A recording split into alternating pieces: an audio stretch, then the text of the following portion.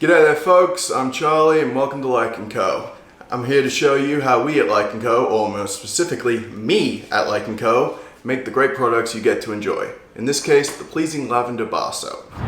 Alright, I find the best way to use the coconut oil is to first cut it up, and then if it's soft, you scoop it all up. Make sure you got like some plastic on your hand, because otherwise it will stick to you. And now we measure it all out, and a few of the main reasons I like to use coconut oil as my primary base oil in my soap making is due to its large quantity of beneficial properties. For one, coconut oil is a great moisturizer. It's naturally antibacterial, antifungal, and at the same time it's widely available, so it's easily accessible for both me in my industrial practices as well as for you in more personal home style practices. All of these add up to a very good product which you get to enjoy.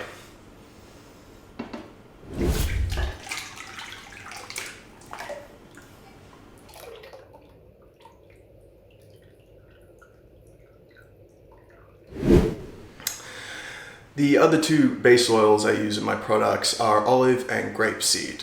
Again, they're widely available as well as easily accessible, and at the same time they both have very good properties. For example, grapeseed is high in vitamin E and as well as being lightly astringent. That means it's a thin oil that mixes very well with other products. It's actually often used in massage for a lot of people. At the same time, olive oil is very good for the skin due to its high contents of fatty acids and omega-3s, which are readily absorbed into the skin, and well, let's be honest, we all need a few more omega-3s in our lives.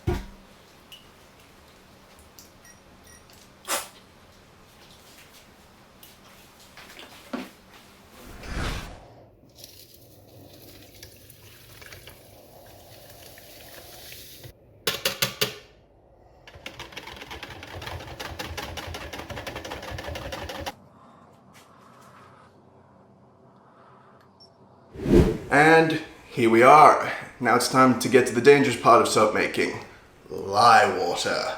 And for those at home, if you ever decide to get into soap making, get your damn PPE in order. For those of you who are unaware, PPE stands for personal protective equipment. So what we've got here is your respirator mask to protect your lungs from the harsh chemicals that will try to burn them, as well as waterproof gloves to protect the soft, delicate digits from being dissolved. What we also have is white vinegar. You see, lye is made using caustic soda, which is a base mineral, which, let's just say, when it gets onto your soft tissue, it does very bad things. So the acidity in the vinegar neutralizes that. So I always make sure I have some on hand, just in case. All right, folks. Now it's time to introduce the lye water into the oils and cause what we call saponification, where the oil molecules turn into soap molecules, if you want to get technical about it. What we're going to do is we're going to grab the jug, pour it in, and then we're going to grab the stick blender and just go to town on it all, bringing it to what we call trace. Now there's a couple different types of trace, light trace, full trace. We're going to bring it to full trace, and then we're going to go from there.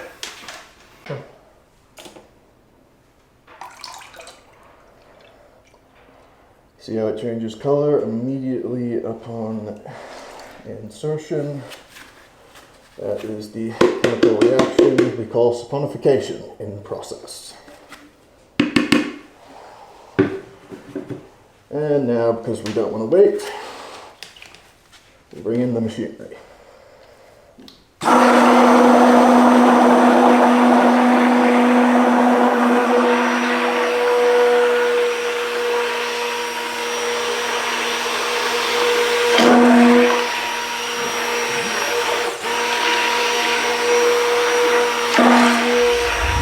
Alright folks, now we have entered what is referred to as the gel phase. In this instance, the soap has more or less solidified, but has not gone solid. So we get a little bit of this. And if you look a little bit closer, you can see how it gets a little bit more, well, gelatinous. Ow. And after this, we get what I like to refer to as the distilling phase, where the liquid and the solid parts tend to go separate. At that point, you really need to start mixing it all together, get it back into what I like to call the mashed potato phase, where it just kind of looks like chunky, creamy potatoes that you've nuked a little bit too long. And after that, that's when things get a bit more interesting. Alright, and now it's time to add in what's called the super fat. In this instance, I like to use coconut butter, keep everything more or less similar. And here we go. The trick with this is that you want to make sure it's warm enough that it starts to melt and you get a nice even spread. Otherwise, you tend to get, well, little chunks that stick around in the final product, and believe you me, while it's not the worst thing that can happen, it's not that nice either. Alright, now we are approaching the end of our current session. Hope you've had a good time. I certainly have. Now, as we approach the final part, we are entering the stage where we want to introduce the aloe vera. But before we get to that point, we want to burn off as much water content as we possible. So, in that note, time to turn up the heat. Now, while the heat is rising, you want to make sure you get your rubber spatula and really keep stirring it up. You want to really bring up the dregs from the bottom and make sure everything is nice and smoothly mixed. This is something you want to keep doing while keeping a close eye on the product. That way you don't have to worry about it exploding, which, trust me, is something that can happen. So be careful, be cautious, and of course, stay focused. And now we have reached the point where we introduce the aloe vera gel. Now, me personally, I like to use a nice clear aloe vera gel. I use the gel because it adds a nice consistency to the end result, and I make it clear so it doesn't affect the color too much. Watch and learn.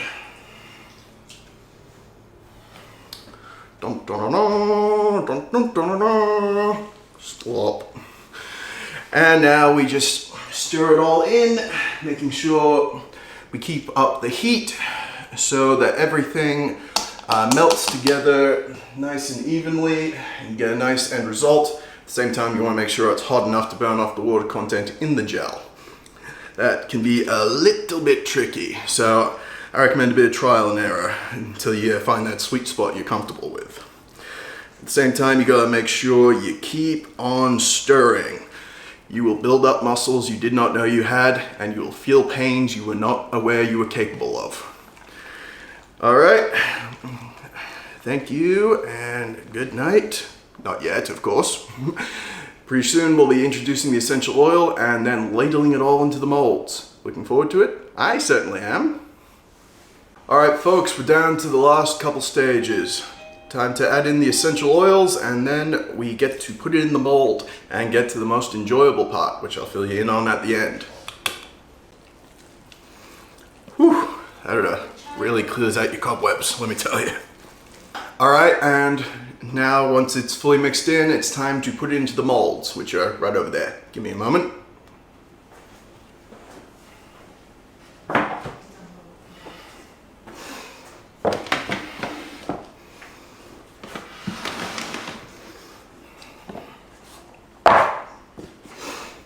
Alright, and now it's time to get to work putting it all in the molds. This is where the most important part is. Do not spill. It will solidify very quickly, and then you have to clean it all up and you lose a bit at the same time.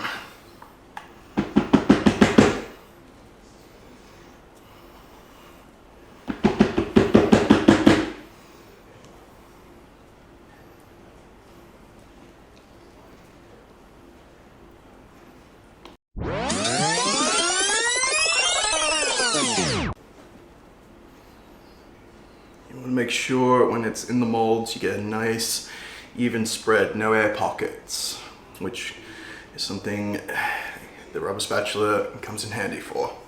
Just smooth it out as you go, and then you pour a little bit more on. And repeat the process until done. Okay, now that you're finally done, you got it all molded up, now you just gotta store it away for a little while until it properly cures, and now you get to the favorite fun part, the cleanup. Till next time, folks.